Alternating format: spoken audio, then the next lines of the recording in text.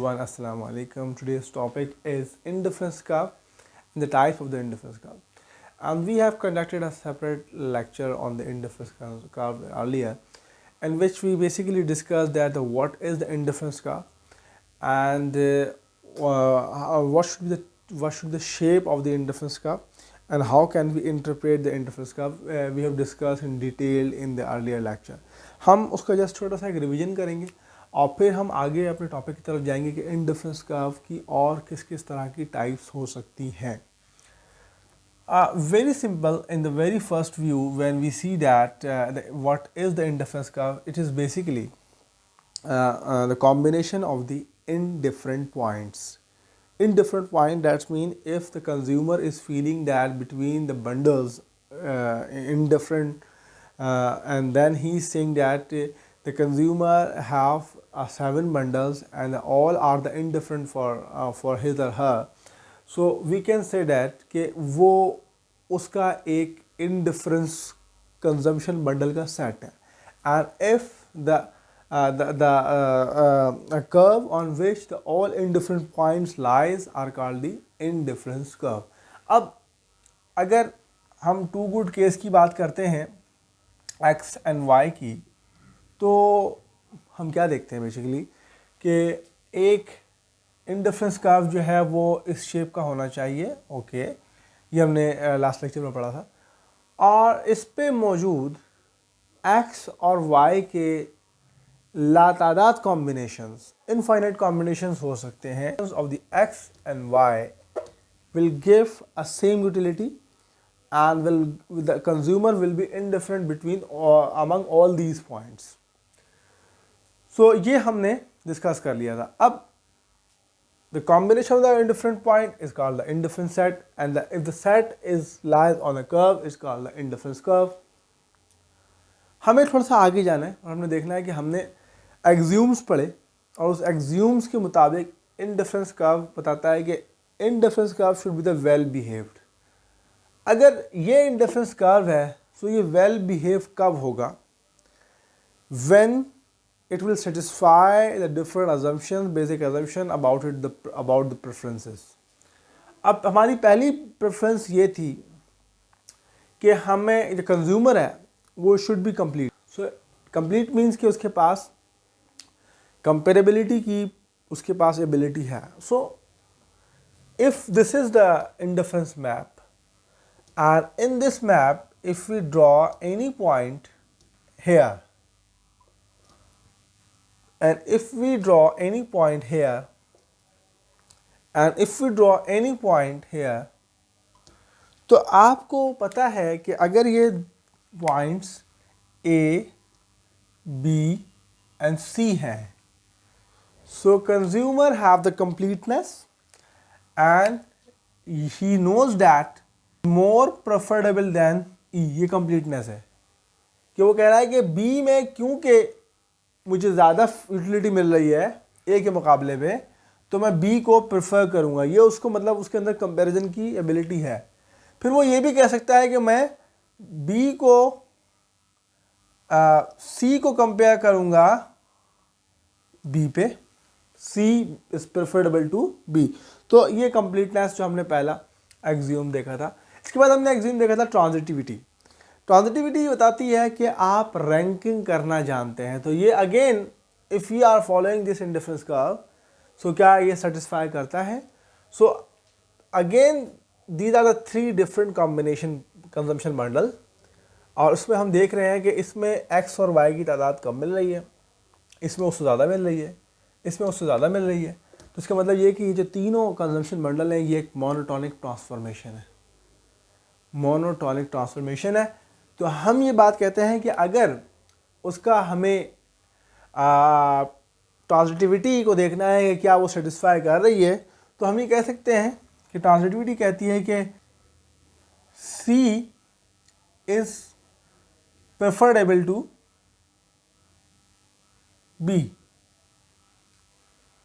and B is preferable to A.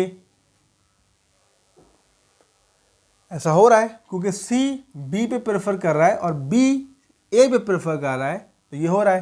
Transitivity कहती है कि लाजमी C is also preferable to A। So हमने देख लिया कि अगर हमारे पास ये इंडिफरेंस मैप होता है सो अगेन ये ट्रांजिटिविटी को भी सेटिस्फाई करता है। इसके बाद हमने बात की थी कि जब हमने ट्रांजिटिविटी के बाद हमने बात की लोकल नॉन सैचुरेशन की। लोकल नॉन सैचुरेशन के मुताबिक इंडिफरेंस कर्व में यानी कि any one the little bit will be better after addition some consumption, उसका सैचुरेशन पॉइंट ना आ जाए, consumer should not be exhausted, ये हमने डिस्कस किया था एग्ज्यूम्स में। सो इसकी वजह से हमें ये लगता है कि इंडिफरेंस कर्व जो है वो should be a fine line, fine line can not be thick, क्योंकि अगर इंडिफरेंस कर्व मोटा होगा, थिक होगा, तो उसके अंदर मुमकिन है कि कई इंडिफरेंस कर्व आ जाए। So a point which is very near to this indifference curve, like that very near, will also be less preferred to this point। ये एक पॉइंट है x जो कि बिल्कुल करीब है b के, लेकिन फिर भी हम ये कहेंगे कि b मोर प्रेफरेबल है x के, क्योंकि यही वजह है कि इंडिफरेंस कर्व जो है वो should be a fine line. उसके बाद हम बात करते हैं कंटिन्यूटी की। So we can clearly we are observing that, clearly say that this indifference curve should not be discontinued. No any break or discrete behavior is allowed in this curve, in this indifference curve. हमारा indifference curve बिल्कुल एक fine line है, continuity है। x का अगर हम एक point ले रहे हैं, ज़रा सा x का इजाफा करते हैं, y में कुछ कमी बाकी होगी, ये हमारी एक रियल लाइन है, रैशनल इररेशनल नंबर का कॉम्बिनेशन है, कोई इसमें ब्रेक मौजूद नहीं है, it should be a continuous. And then we discuss about the monotonicity and very simple, due to the monotonicity the indifference curve, the slope of the indifference curve should be negative, and the interference curve is negatively sloped due to the assumption of monotonicity। कि हमने वहाँ पर draw किया था कि एक हमारे पास चार क्वाड्रेंट हमने बनाए थे, जिसके अंदर हमने ये बात की थी कि पी क्यू आर, और जिसमें हमने कहा था कि ये दो जो पोर्शंस हैं इसमें ही आपके इंडिफरेंस कर्व लाई कर सकते हैं, क्योंकि यहाँ जाएंगे तो ये तमाम पॉइंट्स प्रेफरेबल हो जाएंगे, इधर जाएंगे तो तमाम पॉइंट्स आपके पास लेस प्रेफरेबल हो जाएंगे। तो आपका इंडिफरेंस कर्व यानी कि ऐसे तमाम पॉइंट्स जो कि एक दूसरे से मिलने वाली सेटिस्फेक्शन को एक रखेंगे, वो इस दो ही जगह पर प्रोफाइल हो सकते हैं। और when it can be drawn in these two portions, तो it must be a negatively sloped, क्योंकि ज़रा सा अगर सब आगे जाते हैं तो आप एक हायर इंडिफरेंस कर्व पे होंगे, तो मोनोटोनिसिटी की वजह से आपका इंडिफरेंस कर्व भी वो है नेगेटिवली स्लोप्ड होगा। सो ये एक वेल बिहेव्ड इंडिफरेंस कर्व है, तो क्योंकि ये एक्सियोम्स को भी फॉलो कर रहा है। And finally very important axioms है कॉन्वेक्सिटी। एंड कॉन्वेक्सिटी हमने देखा था कि the weighted average of the two extremes must be the more preferable these two extremes. Let's suppose the extreme 1 is x dash and extreme 2 is x double dash। So आपको देखें, इससे मिलने वाला एक कंजम्पशन बंडल यहाँ होगा और उससे मिलने वाला एक कंजम्पशन बंडल यहाँ होगा। So let's suppose if this is a consumption bundle and if we take the weighted average of these two things, so weighted average will be here, so the x bar will be more preferable to between these two extremes। So ये convexity है और this is the strict convexity। So strict convexity is very essential for us कि हमें उसको देखना होता है कि हमारा जो well behaved curve है वो हमारा इंडिफरेंस कर्व उसमें स्ट्रिक्ट कॉन्वेक्सिटी फॉलो करेगी, और जो वेटेड एवरेज और टू एक्सट्रीम्स होगा वो must be more preferable than the extremes. ये हमारा एक बेसिक इंडिफरेंस कर्व है जो कि एक्सियोम्स को फॉलो करता है और वेल बिहेव्ड है। हम इसके अलावा भी इंडिफरेंस कर्व की एग्जांपल्स लेंगे जो हम बताएंगे कि ये इंडिफरेंस कर्व भी कंज्यूमर के हो सकते हैं, लेकिन क्योंकि वो एक्सियोम्स को फॉलो नहीं करेंगे उनमें एक्सियोम्स की वायलेशंस होगी किसी न किसी लेवल पे, तो वो हम अपनी एनालिसिस में अवॉइड करेंगे, लेकिन हमें उनको पढ़ना ज़रूरी है कि वो किस किस तरह से हो सकते हैं। So now we discuss different types of the indifference curve, and we are going to discuss the 5 different types of the indifference curve. So first of all, we discuss the perfect substitution. Perfect substitution, we can discuss easily that this is a very straight line, and in the perfect substitution actually consumer is replacing one point to exactly with the one point, यानी कि एक consumption bundle वो ऐसा choose करेगा कि जिसमें वो अगर एक यूनिट x का बढ़ाना चाहता है तो परफेक्टली वो एक यूनिट y को कम करेगा, तो वो अपने इंडिफरेंस कर्व यानी सेम यूटिलिटी कर्व के ऊपर रहेगा। तो हमारे पास इंडिफरेंस कर्व के अंदर एक परफेक्ट सब्स्टिट्यूशन की मिसाल हमें यहाँ मिलती है। सेकेंड वी डिस्कस दैट कि हमें यहाँ पर क्या मिलता है कि जब हम परफेक्ट कॉम्प्लीमेंट की बात करते हैं तो परफेक्ट कॉम्प्लीमेंट की जो शेप होगी वो बेसिकली टू गुड केस के अंदर वो होगी किंग की कर्व, किंग शेप्ड होगी, एल शेप्ड होगी, because basically in the perfect compliment you know that कि कंज्यूमर जो है वो जो अपनी कंजम्पशन है वो उसको एक स्पेसिफिक प्रोपोर्शन में कर रहा है। यानी कि हम कह सकते हैं कि if the two goods are perfect complement, तो वो इस तरह से हो सकता है कि if the 1 cup of the tea and the 1 teaspoon you are taking together, so वो एक combination बनता है, तो आपको उससे एक satisfaction मिलती है। And if you want to increase the 1 cup of the tea, that we want to take the 2 cup of the tea, so you will must take 2 teaspoons sugar. So इस condition में आपको एक perfect combination के साथ, perfect proportion के साथ आगे बढ़ना होता है। तो ये एक एल शेप्ड किंग शेप हमें जो है वो हमारा इंडिफरेंस कर्व जो है वो बिहेव करेगा।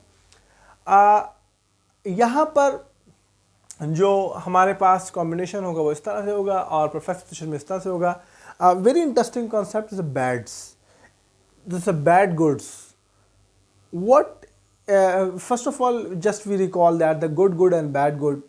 अब वो गुड जो आपको सेटिस्फेक्शन देती है और वो कहलाती हैं गुड्स, और जो आपको डिससेटिस्फेक्शन देती है, जो कंज्यूमर डिसलाइक करता है, वो कहलाती हैं बैड। तो कुछ ऐसी सिचुएशन भी हमारे पास आती हैं कि जो हमारी बैड्स होती हैं। अगर बैड्स हैं, मिसाल के तौर पे इसके लिए एक बड़ी अच्छी एग्जांपल दी जाती है कि अगर आप एक कॉम्बिनेशन में रह रहे हैं, सो एक आपको बेसिकली रेजिडेंशियल यूनिट चूज़ करना है, residential unit.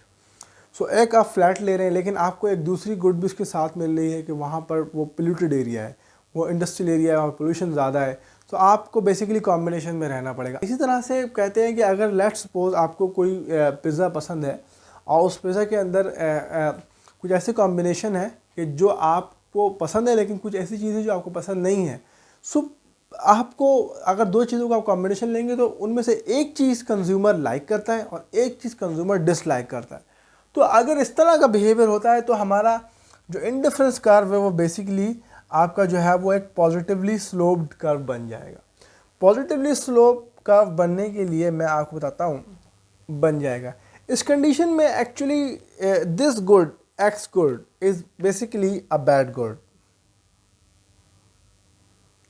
and this is a good good. So both are the goods. This one is a bad, this is a good. अब एक्चुअली हो क्या रहा है? सो वाई दिस पॉजिटिवली, यहाँ पर नेगेटिवली क्यों था? यहाँ पर परफेक्ट सब्स्टिट्यूशन में भी इस तरह का एल शेप्ड है कि अगर उसको एक यूनिट एक्स का बढ़ाना है, यानी 1 कप ऑफ टी बढ़ाना है, तो उसको 1 टीस्पून ले रहा है तो अब 2 कप लेने तो 2 टीस्पून लेना पड़ेगा, जब जाके उसकी यूटिलिटी यानी कि उसका जो कॉम्बिनेशन है वो सेटिस्फाई होगा। यहाँ पर वो नेगेटिवली स्लोट किया कि वो एक चीज़ को लेने के लिए दूसरी चीज़ को ट्रेड ऑफ कर रहा है। लेकिन यहाँ पर गेम उल्टा है, एक्चुअली बैड्स जो है वो उसको डिससेटिस्फाई करेंगी और गुड जो है वो उसको सेटिस्फाई करेंगी। अब हमने एक पॉइंट तय कर लिया कि वो इस यूटिलिटी लेवल पे बैठा है। सो अगर कोई ऐसी चीज़ जो उसको डिससेटिस्फाई करेगी और मजबूरन हमें उसका यहाँ से यहाँ मूव करना है, यानी x1 से x2 मूव करना है, 1 यूनिट का इजाफा करना है।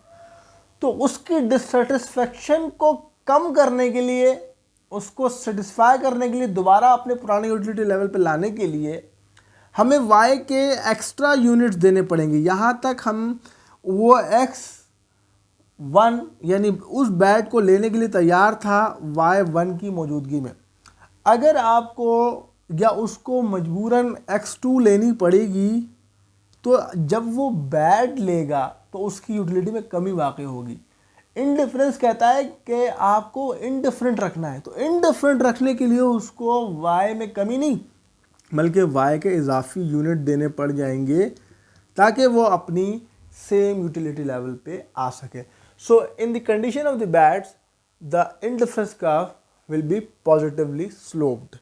अब एक कंडीशन है न्यूट्रल। न्यूट्रल के लिए आपका इनडिफरेंस कर्व जो होता है वो वर्टिकल होता है, क्योंकि अब देखें actually in this condition consumer likes x and she is neutral for good y। हो क्या रहा है, आप उसको एक गुड है, x उसको लाइक करता है और y वो उसको उसके बारे में न्यूट्रल है। न्यूट्रल मीन डिससेटिस्फाई नहीं हो रहा, बैड नहीं है उसके लिए वो, लेकिन उसको वो कितनी भी मिले या कम मिले ज़्यादा मिले वो कहता है फाइन। सो लेट्स सपोज कुछ लोग होते हैं जैसे खाना खा रहे हैं, अब when you are taking the meal and you are taking the one piece of bread and along with you have a salad.